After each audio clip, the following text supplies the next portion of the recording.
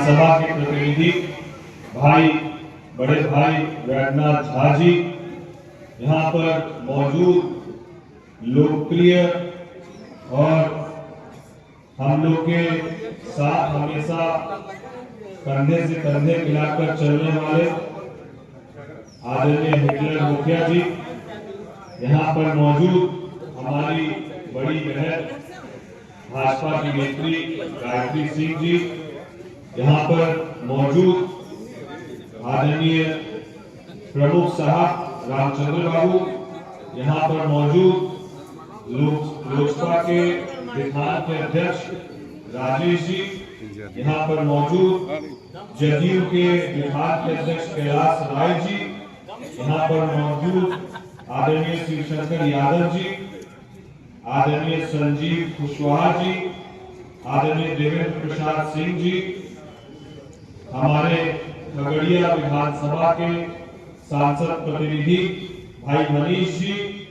यहाँ पर मौजूद हम लोग के अभिभावक युगल किशोर जी, महेंद्र बाबू, जय जयराम जी, राजेश जी, मुखिया जी, राजेश कुमार रोशन जी, संजय सिंह उर्फ हम लोग के लोकप्रिय और हमारे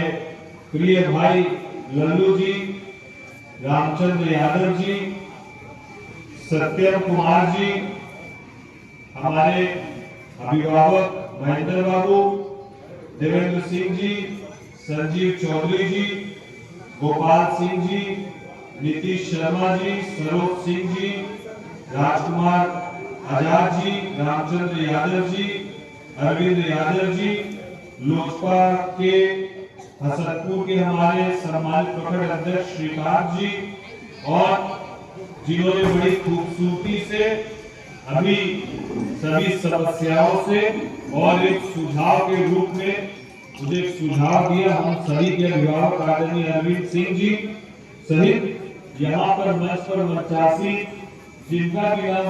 अशोक मिश्रा जी, जिनका भी नाम छुटा,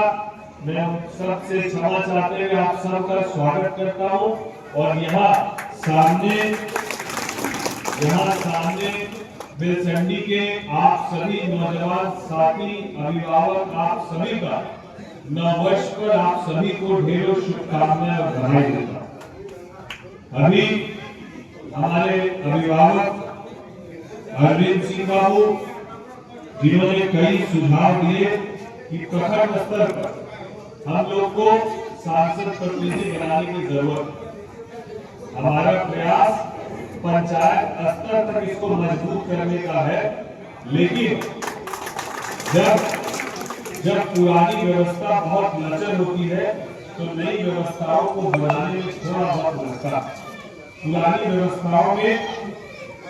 लोगों ने जिस तरीके से चीजों को चलाया, मेरा प्रयास ये जरूर रहता है राजनीति में सबसे पहले प्रतिष्ठा को बचाते हुए ही आपको काम करना होता है, और इस बात का ध्यान रखना होता है लोकसभा क्षेत्र बहुत बड़ा है, तो सबसे पहले विधानसभा प्रतिनिधि बनाने के पीछे का मकसद है कि वैसे साथी पहले पूरे विधानसभा में ये देखे प्रतिनिधि कि कौन कौन से प्रखंड में और कौन कौन से पंचायत में अपने मजबूत साथी है।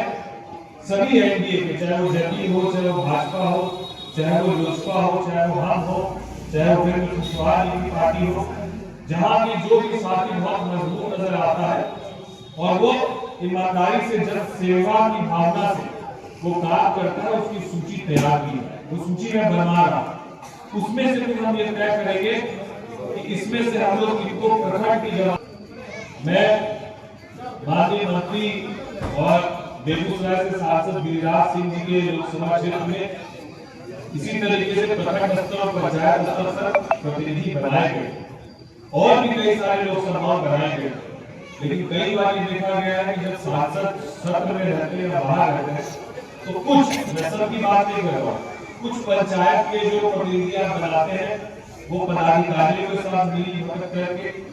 आपकी प्रतिष्ठा के साथ जो खिलवाड़ नहीं कर रहे, कोई सांसद को बेचना शुरू नहीं कर रहे। इस बात का भी ख्याल रखना बहुत जरूरी है, इसलिए समय लेकर हम देख आएंगे लेकिन दुरुस्त आएंगे। इस बात बात का आपको आश्वस्त करते हैं। और तब तक आपको ये नहीं खले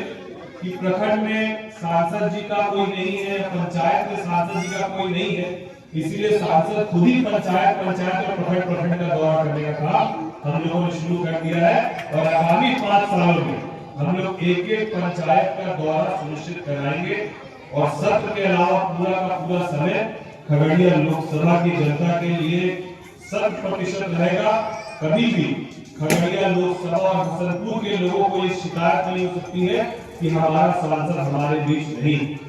अभी चुनाव जीतने से 5 माह हुआ है और ये हमारा चौथा दौरा, और आने वाले वक्त में हम लोग सैकड़ों दौरा हमारे हसनपुर विधानसभा में करेंगे। और यदि आप सब हसनपुर को पिछड़े पद से विकसित हसनपुर की तरफ देखना चाहते हैं तो हम आपसे उम्मीद करेंगे, जैसे राज्य में और केंद्र में दोनों एनडीए की सरकार है तो प्रदेश में विकास तेज होता है, ठीक उसी तरीके से यदि सांसद आपका है और विधायक यदि एनडीए का आपका होगा तो हसनपुर को और प्रगति मिलेगी। इस बात को तो हम लोग को इस बार आगामी 2025 के विधानसभा में एनडीए से जो भी हमारे प्रत्याशी होंगे, हम लोग को ये अपना 100% देना है कि हम लोग उस एनडीए प्रत्याशी को न केवल किसी ने जिताकर भेजे कि वो विकास सुनिश्चित करेगा, बल्कि कम से कम इतनी उम्मीद तो जरूर करे कि वो 5 साल तक हमारे बीच रहे। हम लोग किसी ऐसे इस बार बहकावे में नहीं आए जो आप लोग 2020 में आ गए थे, जब आप लोगों को बोला गया कि यहीं से हवाई जहाज उड़ेगा, यहीं मेडिकल कॉलेज हो जाएगा, यहीं फ्लाईओवर हो जाएगा, इसी को राजधानी बना देंगे। पता नहीं कितने सारे ख्वाब आपके सामने रखे गए, और जब कोई बड़े परिवार का आदमी इस बात को बोलता तो हम लोग सच मान भी लेते कि झूठ नहीं बोलता हो। लेकिन उसके बाद जब लोग यहाँ से फोन लगा रहे हैं, उम्मीद जता रहे हैं कि सर हमारा इस समस्या है, तो फोन में बोल रहा है नॉट रीचेबल, फोन में बोल रहा है जो नंबर आप लगाए वो नंबर पूरी तरीके से गलत है। तो आप इस बात को समझिए, हमको आपको जात पात धर्म मजहब से ऊपर उठकर इस बात को तय करना है कि हम लोग को विकास की राजनीति चाहिए या जात की राजनीति चाहिए। ये तय हमको आपको मिलकर करना, हमको आपको मिलकर तय करना होगा कि हमको अपना नेता चुनना है, हमको अपना जनप्रतिनिधि चुनना है, हमको अपना सेवक चुनना है, या हमको किसी राजकुमार को चुनना है। ये तय हमको आपको करना है। यदि कोई इंसान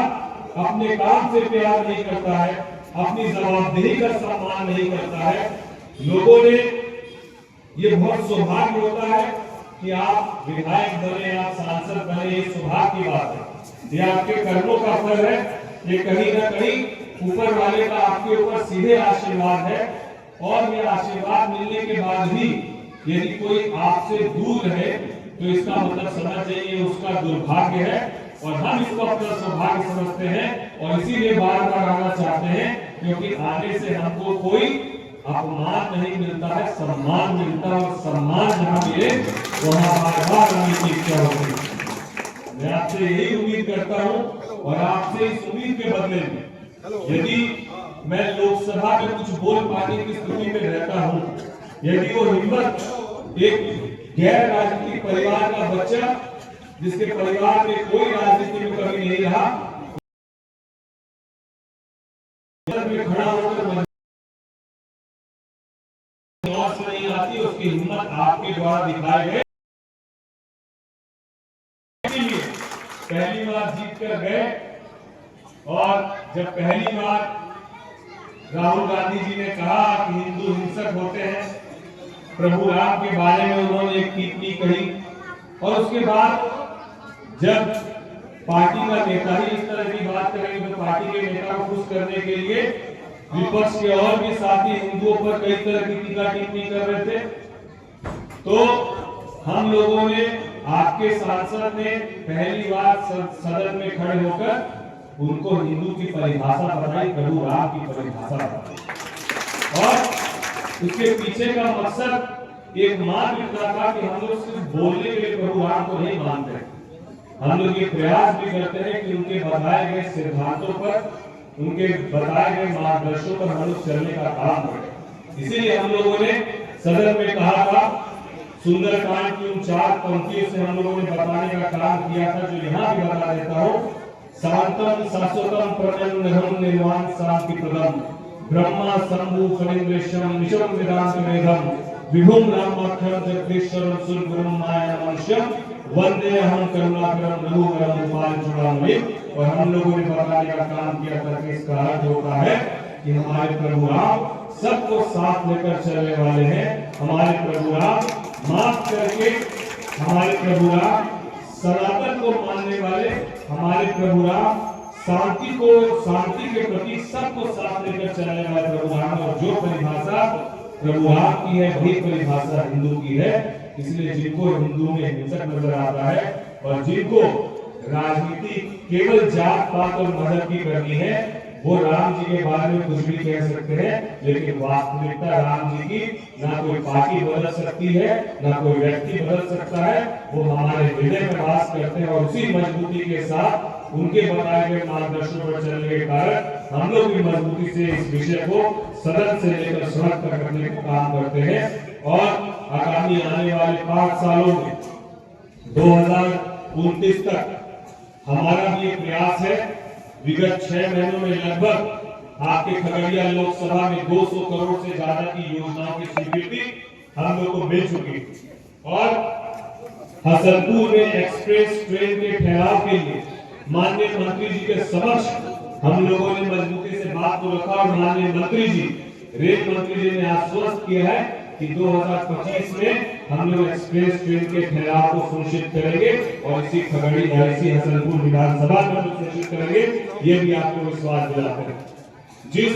रेल परियोजना की आप बिहार की हसनपुर की बात कर रहे हैं, जहां पर अभी तक रेलगाड़ी का परिचालन शुरू नहीं हुआ है,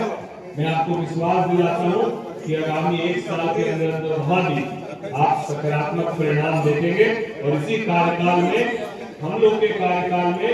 आप सबके साथ और आशीर्वाद की वजह से वहां पर न केवल यहाँ पर ठहराव और पहचान को सुनिश्चित करेंगे, ये भी आपको विश्वास दिलाता है। हमारे अभिभावक और यहाँ मौजूद कई लोगों ने सड़कों की बात करी, तो मैं आपको बता देना चाहता हूँ कि RWD के जो प्रधान सचिव है और माननीय मंत्री अशोक चौधरी जी, हमारी उनसे भी इस विषय पर बात हुई। माननीय मंत्री जी ने भी लगातार हम लोगों ने मुलाकात की। माननीय मंत्री जी ने लगभग 1300 किलोमीटर खगड़िया लोकसभा की सड़कों को स्वीकृति देने का काम कर दिया है। जल्दी टेंडर प्रक्रिया में होगा और आगामी 1 साल के अंदर सभी सड़कों का निर्माण लगभग सुनिश्चित होने का काम किया जाएगा। उस सूची भी आपके समक्ष हम लोग जल्दी उपलब्ध कराने का काम करेंगे। साथ ही साथ खगड़िया से जहां पर सबसे ज्यादा दूध का उत्पाद होता है, जहां सबसे ज्यादा मक्के का उत्पाद होता है, और खगड़िया का दूध यहां से बरौनी जाता था और बरौनी के मिल्क प्रोसेसिंग यूनिट बरौनी में बना हुआ है, वहां पर वो दूध से आधारित सामान